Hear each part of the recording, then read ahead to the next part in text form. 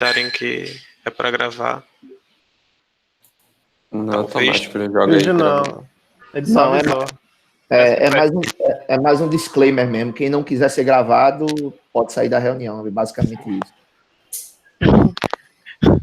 É isso. Então, galera, assim, deixa eu começar falando aqui, eu vou me apresentar. Eu acho que nem todo mundo que está aqui já teve interação comigo aí dentro do PD.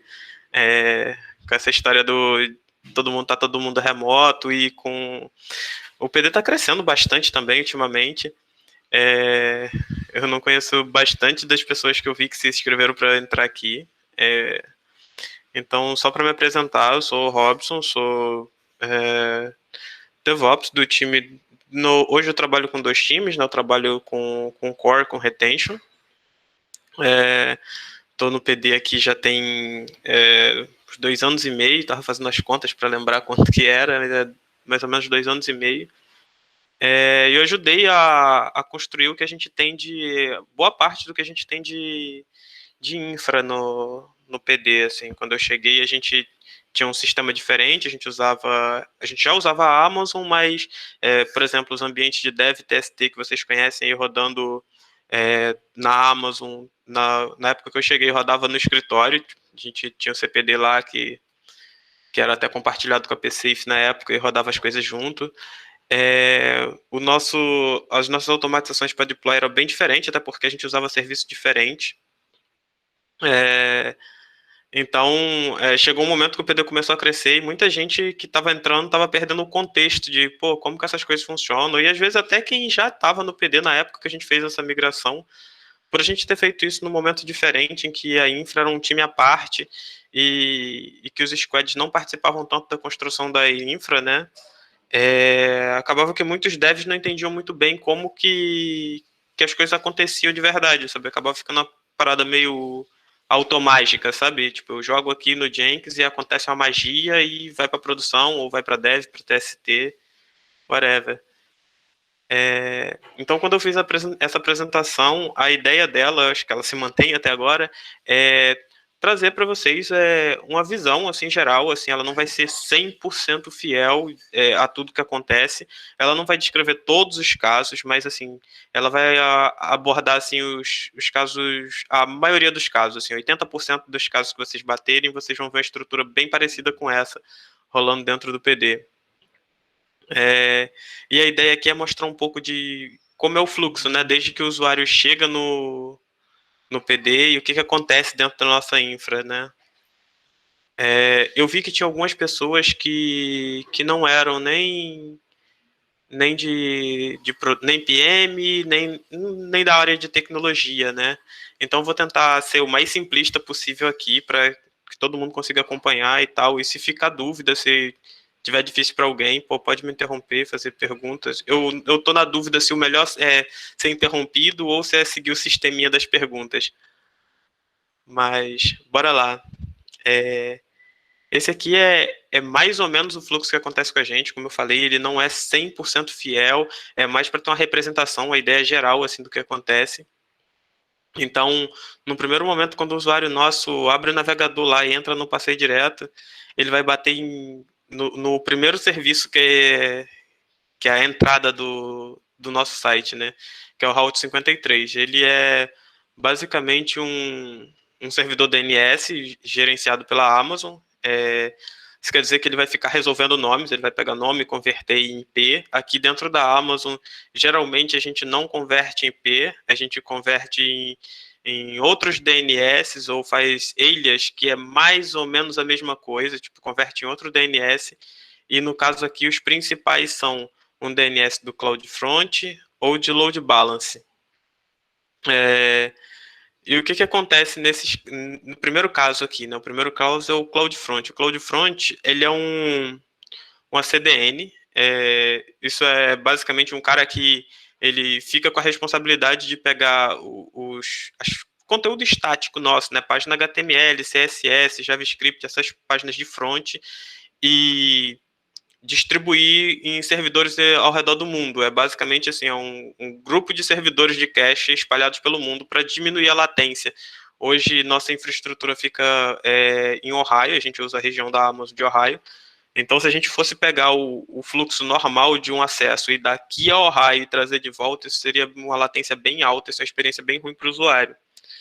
Então, isso acontece quando a gente troca um conteúdo, por exemplo, a gente troca uma página do front, por exemplo, se a gente pegar lá a barra premium lá e trocar o conteúdo dela, a gente tem que expirar o cache aqui no CloudFront. E isso implica que a primeira requisição que acontecer daqui do Brasil para lá, ele vai levar o tempo que a request leva de ir até o raio e voltar, mas as próximas que forem buscar, eles vão bater já no servidor de cache e aí ele não vai fazer mais todo esse percurso. Geralmente, nosso front-end ele acontece nesse sentido aqui, né? Vai bater do Route 53 no CloudFront, o CloudFront vai para um bucket do S3, que é basicamente um servidor de arquivos da Amazon, né? Assim, na mais grosso modo, seria uma espécie de Google Drive da Amazon, com diferença que a gente não tem praticamente não existe uma limitação de espaço, a gente pode usar quase que infinito o negócio. Isso não é bem verdade, a gente sabe que tudo tem limite, mas a gente tem um espaço gigante para utilizar, então. Beleza, então eu acho que esse é o fluxo mais simples de explicar, porque daqui as coisas começam a ter algumas variações. Como eu disse, assim, não é 100% isso aqui, a gente vai ter algumas páginas que não vão seguir esse fluxo. Hoje eu lembro de pelo menos 3 páginas e, se eu não me engano, pelo menos 2 delas são deslogadas, que a gente não pega esse fluxo, que são as páginas anônimas, que a gente vai pegar e vai fazer um caminho parecido das APIs. A gente vai bater num load balance primeiro e vai bater num serviço depois, que vai estar rodando em Docker. Mas vamos por partes, né? A próxima coisa que acontece aqui, e aí é quando a gente está falando de API, né? Quando uma aplicação no front está rodando, geralmente ela precisa de outras APIs para que tudo aconteça, né? Por exemplo, quando acontece um login ou um upload de arquivo ou qualquer coisa desse gênero, para isso acontecer, a lógica disso vai estar rodando em uma API, não vai estar rodando no site propriamente dito ali, né? No front. Então, o site vai fazer uma request, que aí ele vai fazer essa rota aqui. Ele vai bater no Route 53, e aí ele pode ter 2 caminhos aqui possíveis, né? O primeiro caminho é quando for uma request interna, isso aí geralmente é a API conversando com a API, ele vai pegar um caminho parecido com esse daqui, e geralmente a resolução de nome vai ser algo parecido com esse aqui, vai ser um nome da API.pdinterno.com e aí o resto da URL da request, né? E isso vai para um load balance nosso. Esse domínio PD interno, ele é nosso, ele é só interno, ele não tem acesso público para ele, a gente só consegue acessar ele usando o VPN. A gente tem algum serviço até que responde com PD interno também. Para quem é dev aí, tá mexendo em algumas coisas aí, tipo Verdatio, Reg, alguma coisa assim, é possível que já tenha acessado alguma coisa com PD interno, embora muitos deles a gente resolva o nome com passeio direto também. Mas enfim, essa request vai bater no Route 53 e vai direto para um load balance. E o load balance, ele é um cara aqui que ele basicamente ele vai ser responsável por ter umas regras e vai fazer o match dessas regras. Por exemplo, uma regra de nome como essa, tipo API, nome da API.pdinterno.com. E aí, a partir daí, ele sabe para onde ele vai jogar essa request. Hoje a gente trabalha com Docker, né? Essa foi parte da mudança que eu ajudei a implementar dentro do PD, e isso faz com que a gente tenha vários serviços rodando na mesma máquina, sendo basicamente enganados, né? O processo roda enganado, achando que está rodando sozinho, quando na real ele está dividindo uma instância com vários outros serviços. E o que acontece é que o load balance ele é o cara que sabe, que ele vai saber entregar independente de quantas versões da mesma API tiverem rodando, sabe? Se eu tiver uma ou se eu tiver 10, ele vai continuar entregando e vai continuar distribuindo essas requests. E aí a gente tem algumas opções de algoritmo. Hoje a gente usa round robin, que é basicamente um de cada vez, né? Então vai ser ele sempre vai tentar distribuir igualmente as requests. Outra opção, né? Esse fluxo ele pode acontecer com as chamadas de PD interno e algumas chamadas de API com o nome de API.passei direto. Eu coloquei esse negócio errado. API.passei direto, eles também acontecem nesse fluxo aqui, de Route 53 direto para o load balance. Mas a gente tem uns casos que são diferentes, que são passei direto.com barra API barra grupo de API, e aí esse cara ele vai passar primeiro no CloudFront. Porque qualquer regra que a gente faça que use passei direto.com só como domínio, não tem o subdomínio, tudo isso vai de primeiro para o CloudFront. O Route 53 ele não consegue ter uma lógica de gerenciar, tipo, se vier mais alguma coisa faz isso. Quem consegue fazer isso é o CloudFront.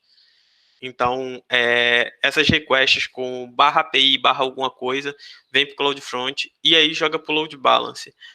Aqui eu desenhei 2 load balances, mas não necessariamente são 2. Pode ser 2, pode ser, dependendo da API, pode ser que essas requests tenham uma organização diferente no Route 53 e acabem caindo do mesmo load balance. Passado o load balance, a outra camada que a gente tem é o cluster SES. O SES, ele é o serviço da Amazon, né, o Elastic Container Service, que é o serviço que basicamente orquestra para a gente como que a gente vai usar o uso do Docker, né? Vai fazer com que o uso do Docker seja mais fácil para a gente, seja mais suave. Esse serviço, ele tem algumas divisões aqui, né? A gente tem o cluster, propriamente dito. E esse cluster, por si só, ele não faz nada, mas é dentro dele que a gente consegue organizar as coisas, né? Então, as instâncias que são as máquinas virtuais que a gente tem, né, propriamente dita, a gente vai conseguir ver nele quantas instâncias tem e as tasks que estão rodando dentro dessas instâncias, a gente vai conseguir essas informações tudo olhando pelo cluster.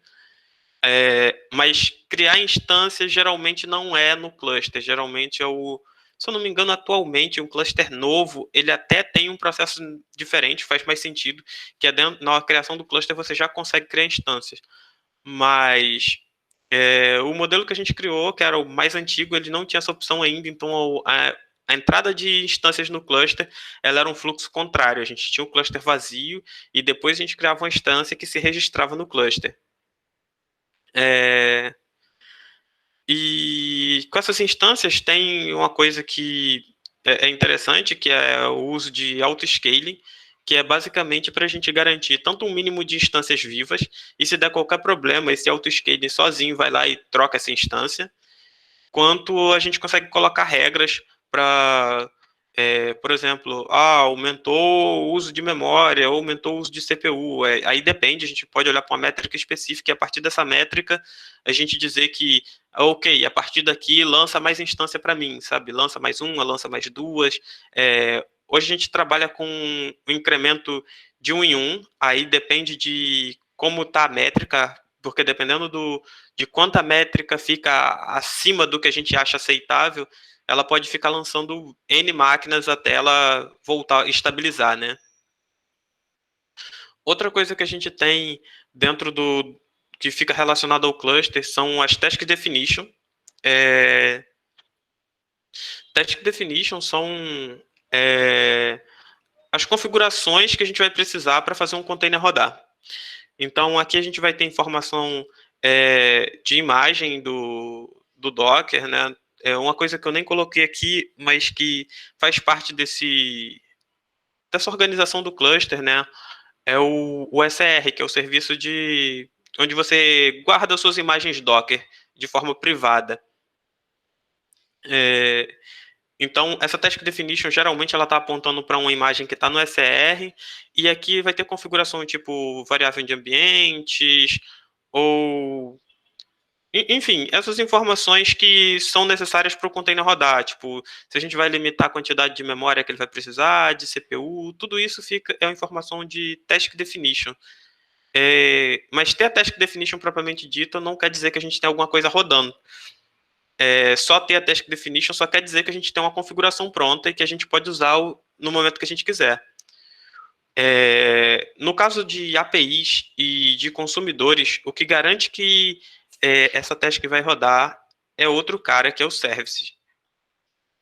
O service, ele vai ser o cara responsável por dizer qual vai ser a task definition, que no caso, qual é a configuração de container que eu vou usar, quantas tasks a gente vai querer usar, qual vai ser a política de scaling para esse container, se ele vai estar vinculado a um load balance, no caso, né, tipo, vai ter alguma associação com load balance, ou vai ser um serviço que vive sozinho aí por conta e a gente acessa por IP, sabe?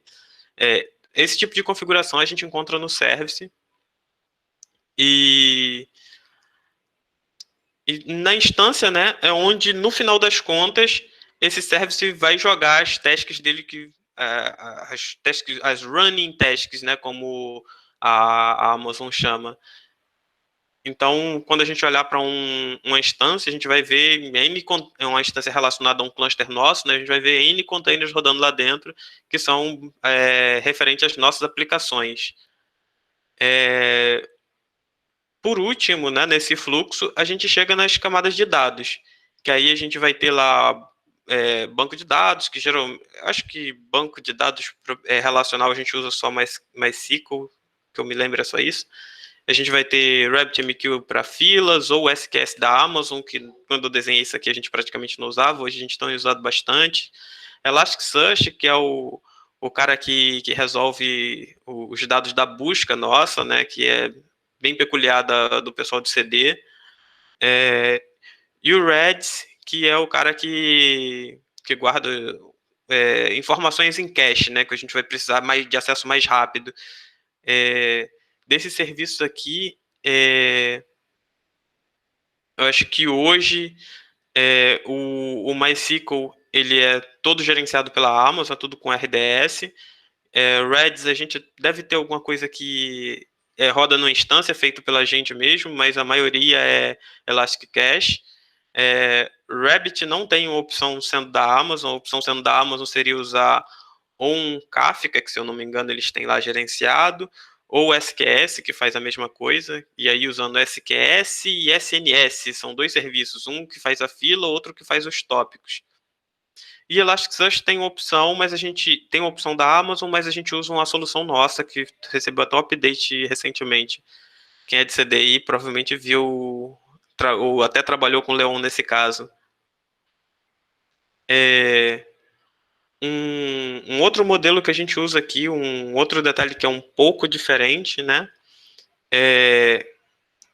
O que acontece? Quando a gente tem um service, existe uma premissa de que a gente sempre vai querer que pelo menos uma aplicação esteja rodando constantemente. E se a aplicação executar e ela quebrar por algum motivo, o service vai forçar que essa aplicação seja executada de novo. Mas isso é bom, muitos dos nossos casos a gente realmente vai querer isso, mas só que quando a gente executa uma aplicação, nem sempre a gente quer que no final dela ela volte a rodar. Esses são os casos dos nossos jobs. Quando a gente coloca um job lá para rodar de 5 em 5 minutos, ou de hora em hora, ou uma vez por semana, ou mensal, ou de 6 em 6 meses, whatever. Quando a gente cria um job, a gente quer que ele execute, faça o que tem de fazer e vá embora. E a menos que dê erro, a gente não quer voltar a ver ele até a próxima iteração, né? E esse modelo a gente faz com um conjunto que inclusive uma parte dele eu esqueci de colocar aqui, deveria ter colocado, mas é basicamente o uso de task sozinha, né? Que é a gente chegar e dar um run na task. E aí o que acontece é que a gente escolhe o cluster e manda, dá um run na task. E aí o que acontece a parte boa só vai executar uma vez, a parte ruim só vai executar uma vez. Se quebrar no meio do caminho, quebrou, é isso. Para fazer esse schedule e lançar essa task, né, a gente tem o CloudWatch, que foi um serviço que eu não coloquei aqui, que eu deveria ter colocado, que ele faz algumas coisas, né? Uma dessas coisas é guardar os logs de o que está acontecendo nesses caras aqui, que estão rodando e tal. Então, acho que a parte um dos pontos mais importantes para a gente do CloudWatch são os logs. Outra coisa que ele faz é guardar métricas. É ele que é o responsável por gerenciar as métricas que vão ser geradas aqui nesse fluxo. Cluster vai ter métrica de consumo, principalmente ele vai ter um acumulado de métricas ali sobre o consumo das instâncias que estão relacionadas ao cluster. Ele vai ter o load balance, vai ter as regras vai ter as métricas de request, tipo tempo de resposta, quantidade de 500, de 200 e por aí vai, esse tipo de métrica. E os services também vão ter métricas, então assim, praticamente tudo que a gente faz dentro da Amazon vai ter métrica e o CloudWatch vai ficar lá metrificando, e o que não tiver a gente também consegue fazer personalizado. Outra coisa que o CloudWatch faz é ter as regras de scheduling, né? Que é o que vai disparar, no caso aqui, esses jobs na hora que a gente quiser. A gente vai conseguir fazer um cron, né? Para quem usa Linux aí vai entender, mas é basicamente isso, a gente agendar quando que roda alguma task.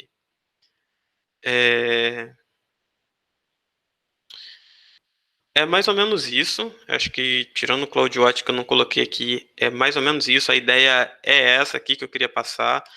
A maioria das nossas aplicações vão funcionar assim. É claro que a gente vai ter uns casos diferentes, a gente vai ter uns casos que a gente vai ter aplicação que roda e não tem nem instância. São as tasks que a gente roda como Fargate, que a gente joga para a Amazon e deixa ela segurar, e aí ela joga em algum lugar lá da farm dela de instâncias. A gente vai ter aplicações que são em C Sharp, que eu nem desenhei aqui, hoje elas são as minoria, mas é o que começou o nosso negócio, né? Quando o André começou a escrever o Passei Direto era C Sharp, então a gente tem um legado em C Sharp, que nessa parte de Route 53, e ele vai chegar no Route 53 e vai para outro canto, aí ele não vai passar por um load balance, não vai ser esse fluxo. Mas é mais ou menos isso. Eu acho que agora dá para a gente abrir para pergunta e ver o que vocês acharam, se tem dúvida. Eu acho que rolaram as notificações aqui, eu não sei o que foi.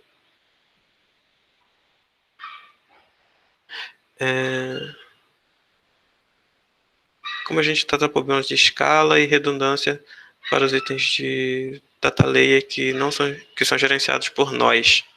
Essa foi a pergunta. Teve uma pergunta do Thiago aqui. Eu falei meio para dentro, não sei se deu para ouvir legal. Mas é basicamente como que a gente trata problemas de escala e redundância para itens do data layer que são gerenciados por nós. Robson, deixa eu talvez deixar mais claro. Você disse, por exemplo, que tem alguns casos ali, no caso acho que do Redis e etc., que tem algumas instâncias que são instalações nossas, não é nada as a service. Então, entendo que, por exemplo, se eu quiser escalar, tiver uma demanda muito alta, a gente teria que configurar para ele ter clusters associados ou coisa do gênero. Como é que a gente trata isso hoje? Se houver um gargalo de demanda para coisas que não são serviços escaláveis pela própria Amazon? Beleza, vamos lá. Deixa eu tentar até ampliar aqui para falar aqui desses casos.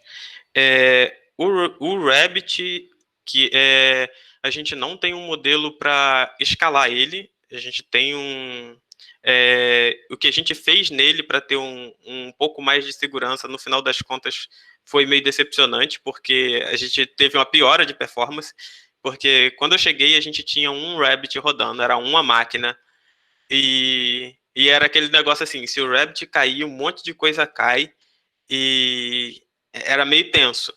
E a gente trabalhou no modelo de fazer esse cara virar um cluster, e aí ele tem uma redundância. E se um caísse, o outro assumisse. Mas só que a primeira vez que a gente realmente precisou disso, ele não funcionou como deveria, sabe? Um caiu e os outros caíram. Tipo, ele parou de responder e a gente teve problema do mesmo jeito, teve que parar e mexer nele e arrumar. E esse foi até um dos motivos de fazer a gente começar a se mover em outra direção e começar a usar SQS. Porque a gente estava gastando energia nesse cara, e além da gente ter um problema de quando a gente realmente precisava de dar uma porrada nele, ele não tinha um modelo bom escalável, né, para ter mais Rabbit ou coisa do gênero, tanto como ele não tinha essa garantia de que, pô, se der problema em um, a gente vai ter outro vivo e fica ok, sabe? O Elasticsearch, sim, esse sim tem um sistema de redundância legal, tem um sistema de scaling legal, assim, foi... eu não sei se o Leon tá por aqui, ou se é alguém de CD que trabalhou nesse cara mais recentemente, talvez o Rafael esteja por aí, não sei. São os caras que mais trabalharam nisso. Mas, enfim, foi esse caso foi bastante trabalho fazer esse cara funcionar, mas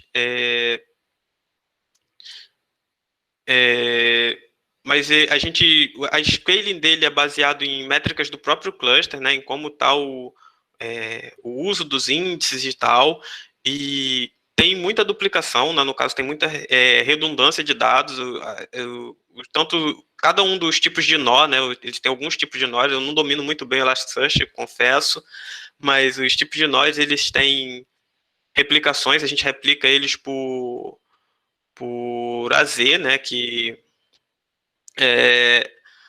Available Zones, e eu acho que é esse o nome, acho que eu falei certo, que, assim, na prática, dentro da Amazon, são data centers diferentes, então mesmo se um data center inteiro dentro da Amazon der problema, a gente sabe que vai ter cópia dos dados, vai ter cópia dos masters e dos outros nós em outras regiões não, mas em outros data centers também, em outras AZs, e a gente vai continuar tendo acesso. O Redis, que eu saiba, a gente não tem não tem, o que é gerenciado pela gente é bem pouco, são os dados que são menos acessados, os dados que precisam de mais acesso, mais recursos, estão no Elastic Cache. Então a gente não tem uma política nele de scaling, nem que eu saiba não tem de replicação. Se eu tiver errado, acho que o Rafael talvez saiba, ele consegue me corrigir aí. Fala aí. Então, a gente tem um Redis hoje, que é um standalone lá, que tem uma instância, se eu não me engano, está com 2 serviços dentro dele, é um servidor mesmo, clássico, EC2, e tem uma parte do Elastic Cache, sim, que a gente consegue fazer um scaling dele, mas ele não está, vamos dizer assim, ele não é um scaling automatizado, ele vai por conta de recursos, a gente tem que chegar lá e preparar essa máquina previamente, ele não está, se não me engano, todo automatizado, não. Eu não saberia te dizer rapidamente quais instâncias estão em quais. Eu tenho uma lembrança aqui do Gamification, que está, se não me engano, é o standalone ainda, que está para ser migrado, e acho que a grande maioria, sei lá, mais de 90%, 95% já está no Elastic Cache. Não sei se ajudou aí a esclarecer. E sobre o Elasticsearch, eu falei muita besteira, cara? Não, pô, isso aí. Tipo, o Elasticsearch teve duas etapas, né? A primeira etapa, que foi quando a gente fez um scaling mais de máquina mesmo, ele pegava as métricas dele, era um scaling bem clássico mesmo, tipo, a gente monitorava uma métrica dele, a métrica que a gente olhava dele era de CPU load, e ele olhava esse enfileiramento, né, dessa carga das máquinas, no caso dos data nodes, que é o que, a grosso modo, é o que mais trabalha, né? E em cima disso ele escalava. Hoje, o pessoal do time CD, lá com o Leon, eles pegaram esse scaling e transformaram ele com uma parte assim mais já fizeram a atualização dele, já trabalharam com a parte, se não me engano, ele tem uma parte já ampla de não só do scaling de máquina, mas acho que tem uma parte containerizada, se eu não me engano, e adicionou algumas outras métricas também de scaling, que hoje, acho que além de o CPU load, ele olha também para uma métrica de garbage collection, que a gente não usava antes. Mas basicamente é isso, ele está todo distribuído entre as AZs e os índices que tem dele também tem uma réplica de cada um, então cair no AZ você não perde dado daqui, ele consegue replicar e escala super bem estável. Show. Ficou claro aí, Thiago? Deu para esclarecer a dúvida? Ficou sim. Eu entendi então que para alguns casos ele vai fazer scale, tem uma estrutura por trás, para outros, se a gente tiver uma carga muito grande, pode ser que que algum desses caras que não estão escalando, que estão lá no EC2, criem gargalo, mas por hora acredito que não é um problema, né? Sim, é assim, né? É um problema gerenciável, né? É meio que um risco calculado atualmente. Claro, entendi. Mas assim, no ritmo que a gente vai, a gente acaba trabalhando para não ter mais esse tipo de serviço do nosso lado, sabe? Porque a menos que seja o que acontece com o Elasticsearch, sabe? É um cara que, no final das contas, tem alguém sempre tomando muito cuidado com ele, sempre tentando dar uma melhorada, sempre fazer ele ficar mais sustentável possível, né? Perfeito. Valeu, Robson. Valeu. Valeu, Rafa. Valeu. O Calixto tinha feito uma pergunta aqui também sobre o Rabbit.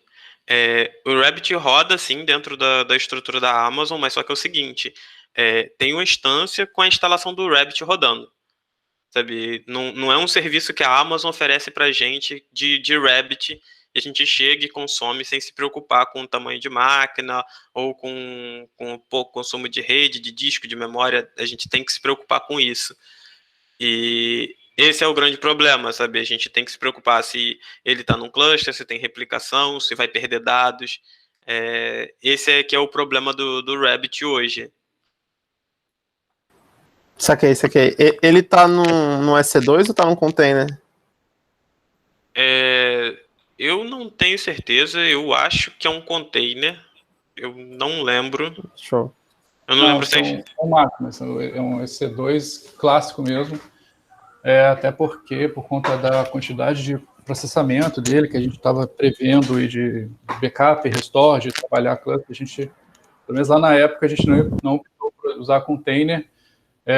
Foi mesmo até uma parte inicial lá do Elasticsearch, que, tipo, quando a gente fez a primeira etapa lá de escalar, a gente optou por máquina, porque, principalmente para algumas partes, quando você tem muito uso de hardware intenso de disco, CPU, você trabalhar com um container, ele fica mais limitado nisso. Então, a parte de disco, a parte de rede e a estrutura que a Amazon tinha, que a gente podia usar, não se adequava tão bem. Então, ele também, né, tanto o Rabbit quanto a primeira versão do Elasticsearch Scaling eram esses dois clássicos mesmo, máquina com a instalação do serviço dentro.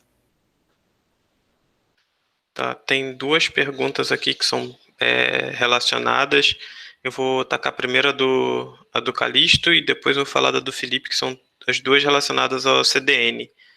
Tá, a primeira do Calixto aqui é qual a diferença entre o Route 53 para o CloudFront. Os dois tratam de DNS, então qual é a diferença? Então, os dois tratam de DNS mais ou menos.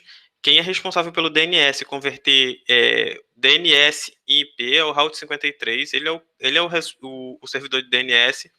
O CloudFront ele é um CDN, ele basicamente faz o seguinte, enquanto que o Route 53 ele está olhando só para DNS e falar assim, chegou um nome, chegou uma requisição com um nome, tipo, para quem eu mando, sabe? Quem é o dono desse nome? E o CloudFront ele é um cara diferente, ele até tem uma divisão, ele é dividido entre Orange e... Deixa eu pegar minha colinha aqui que eu coloquei.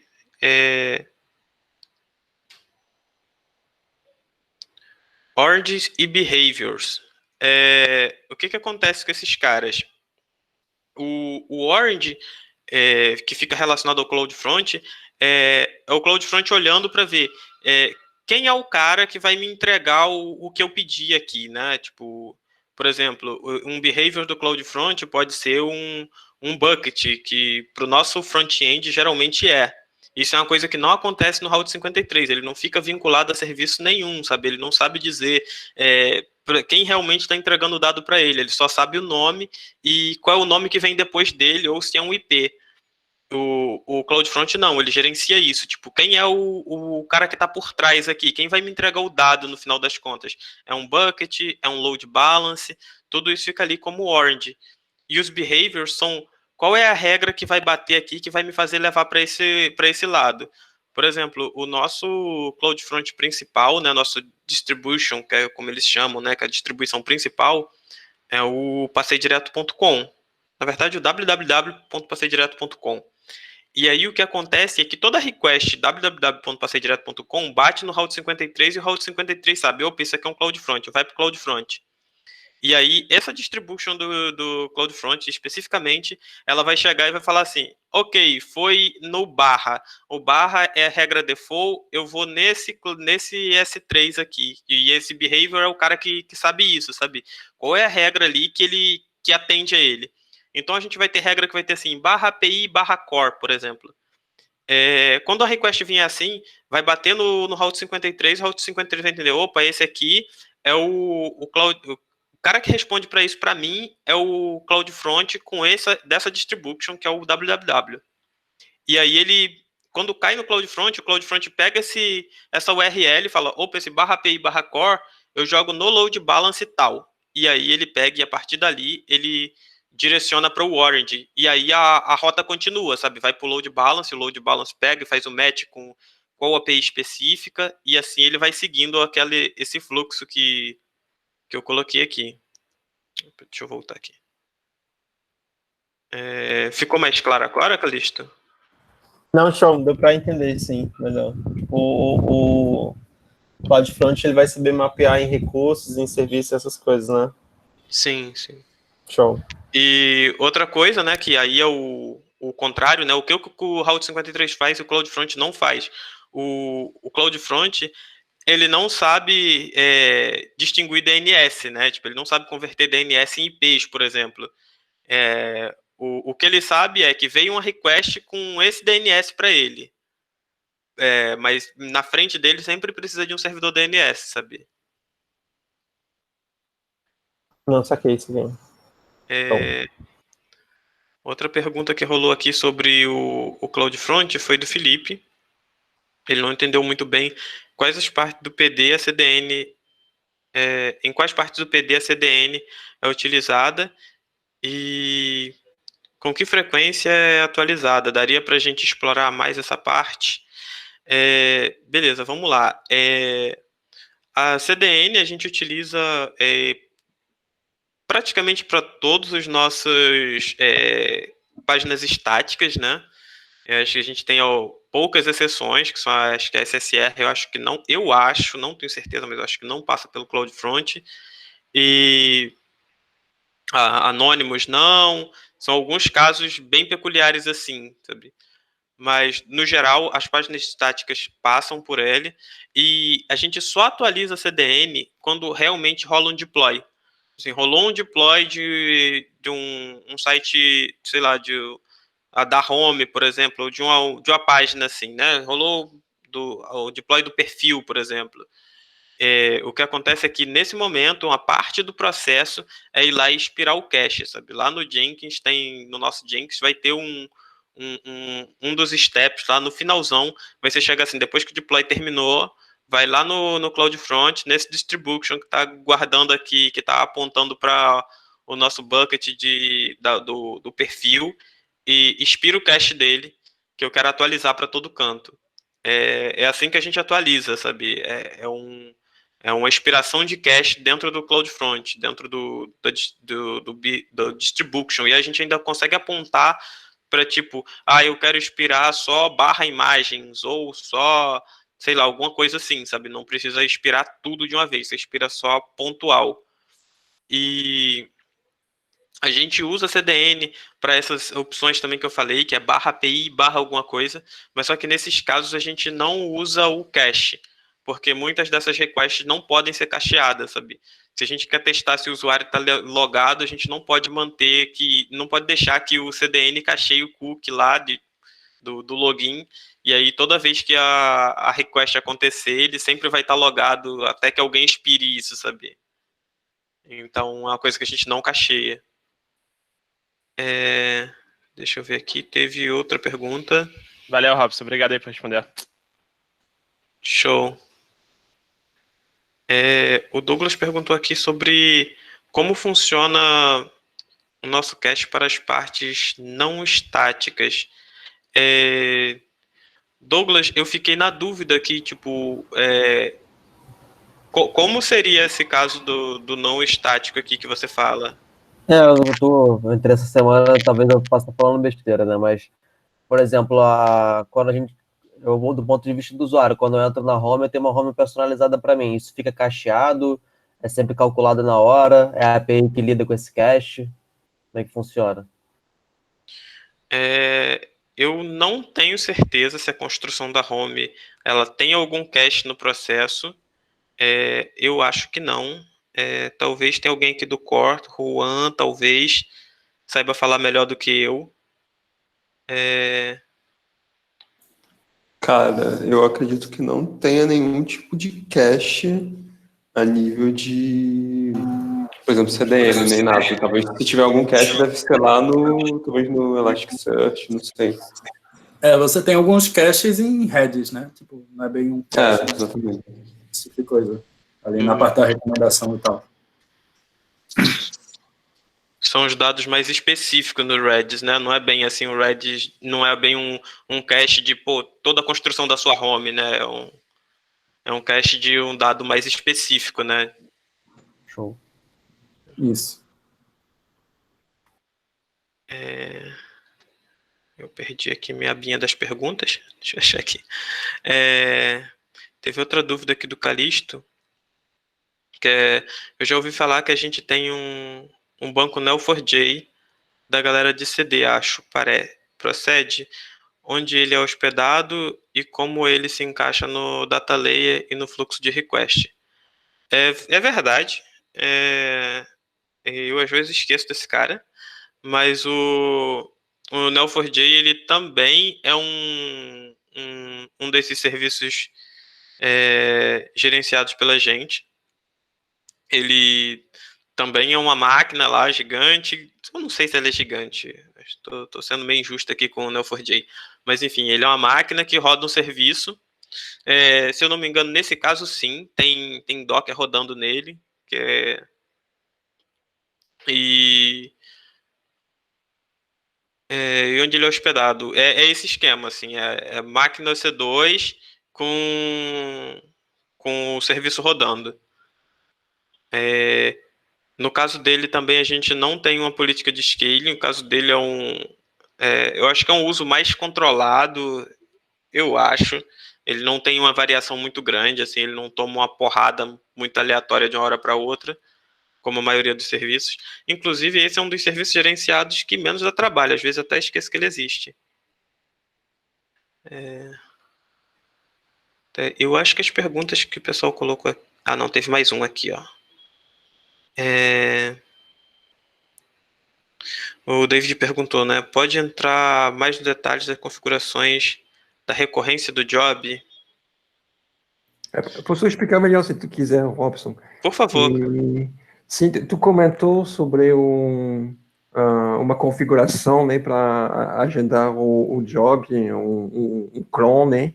E queria saber onde fica essas configurações, onde tu indica que o telejob vai rodar cada dia a 15 horas. Entender isso como está ligado ao fluxo, por exemplo, alguém vai criar um jobs, como que essa configuração fica registrada. Beleza. Vamos lá. Hoje, quando um dev cria um job, né, tipo, criou o job e aí vai levar esse cara para o ambiente, né, seja dev, TST, ou prod, o que acontece é que a gente tem no Jenkins a gente tem um template que é tipo como criar esses caras, né? E aí dentro dele um dos parâmetros que a gente passa é qual que é esse schedule. E no Jenkins a gente já tem essa automatização de criar todos os steps, e um desses steps é criar esse schedule. Para conferir o que aconteceu, né? A gente tem assim dentro do cluster um das opções que a gente vê, né? Um dos menus que a gente vê é o de Schedule Tasks, e aí você vai ter lá, tipo, a lista de tasks que você tem e qual é a expressão, né, a expressão de cron dele, que foi esquedulada. E outro lugar é no CloudWatch, que é onde acontece esse schedule de verdade. Assim, no cluster a gente tem uma visão somente leitura, né, um read-only ali, Mas no CloudWatch a gente tem a visão de como está o schedule, lá ele dá até um pouco mais de detalhes, tipo, qual vai ser a próxima execução, sabe? Ele mostra algumas das próximas execuções, mesmo se você não entender a expressão que está ali, acho que dá para ficar mais claro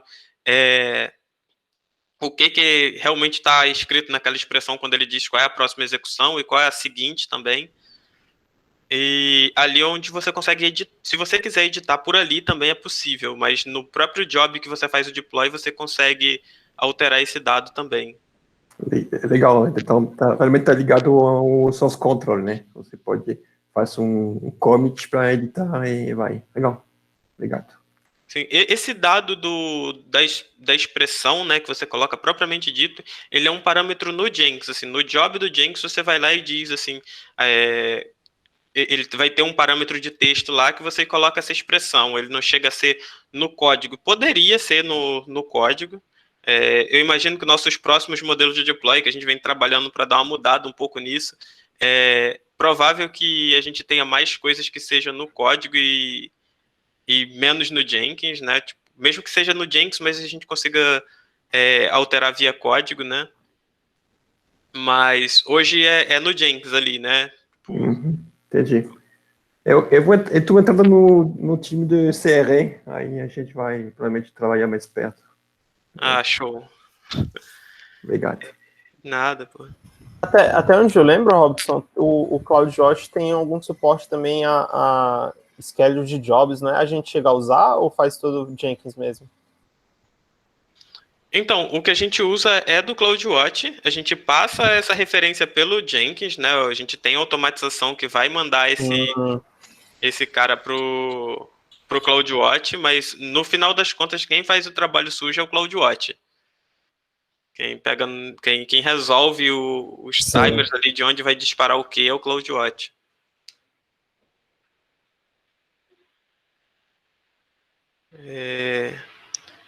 Da minha parte era isso, galera. Eu não sei se vocês ficaram com mais alguma dúvida. Eu vi a lista aqui, eu acho que eu respondi todo mundo. Eu tive só uma última pergunta ali, que foi sobre as páginas de landing. Não sei se chegou a ver. Não, eu não vi. Acho que foi a penúltima, não sei. Eu pulei essa. A gente tem algumas páginas que são de landing/marketing. Eram geradas pelo site do The Bounce. Acho que o time de retention vai manjar. Elas possuem a mesma estrutura de hospedagem e fluxo de requests. Cara, eu não tenho certeza, mas páginas de marketing, muitas delas correm num fluxo bem por fora do nosso. Inclusive, muitas delas, elas, tipo, eles têm uma arquitetura toda por fora, e no PD a gente meio que só proxia, sabe? Só chama ali o Route 53, responde por um outro DNS que está até fora da Amazon. Eu não sei se tem alguém aqui que está mais tempo no retention. Talvez Caio. Tá por aí, Caio? Acho que ele não tá por aí. Cara, pelo que eu me lembro, é tipo um Wix da vida, tá ligado? Então, tipo, eu acredito que o PD só realmente pegue a URL e aponte pra URL que eles pedem lá. Tem alguns... Se bobear, deve até ser um mapeamento de DNS mesmo, né? Tipo, se for essa página aqui, joga para outro domínio, né? Mais recentemente, o que eu vi que era assim era Unbounce, que é um serviço assim, eu não sei se é bem um Wix, mas é uma plataforma para ter seu site lá que fica acho que era isso que eu quis dizer mesmo. Eu não estava lembrando direito o nome. Fica tudo do lado dos caras e tudo que a gente faz é dizer que o nosso DNS vai responder aquela requisição lá. Mas é um fluxo completamente por fora desse aqui, sabe? Uhum. Eu confundi também, acho que The Bounce é do Lodash, pô. Mas cheguei perto no chute. Foi. Não, mas show.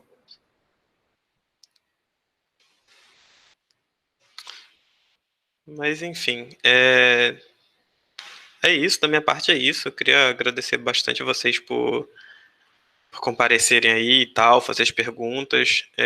Se vocês tiverem mais dúvidas, eu acho que a gente ainda tem um tempinho. Se não, é isso aí, pessoal. Muito obrigado.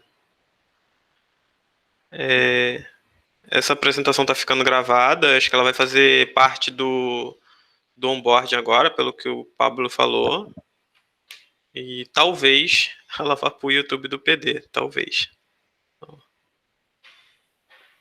E até comentar isso. Eu que tô novo na empresa, né? 3 meses, pô, super útil. Muito obrigado aí por apresentar.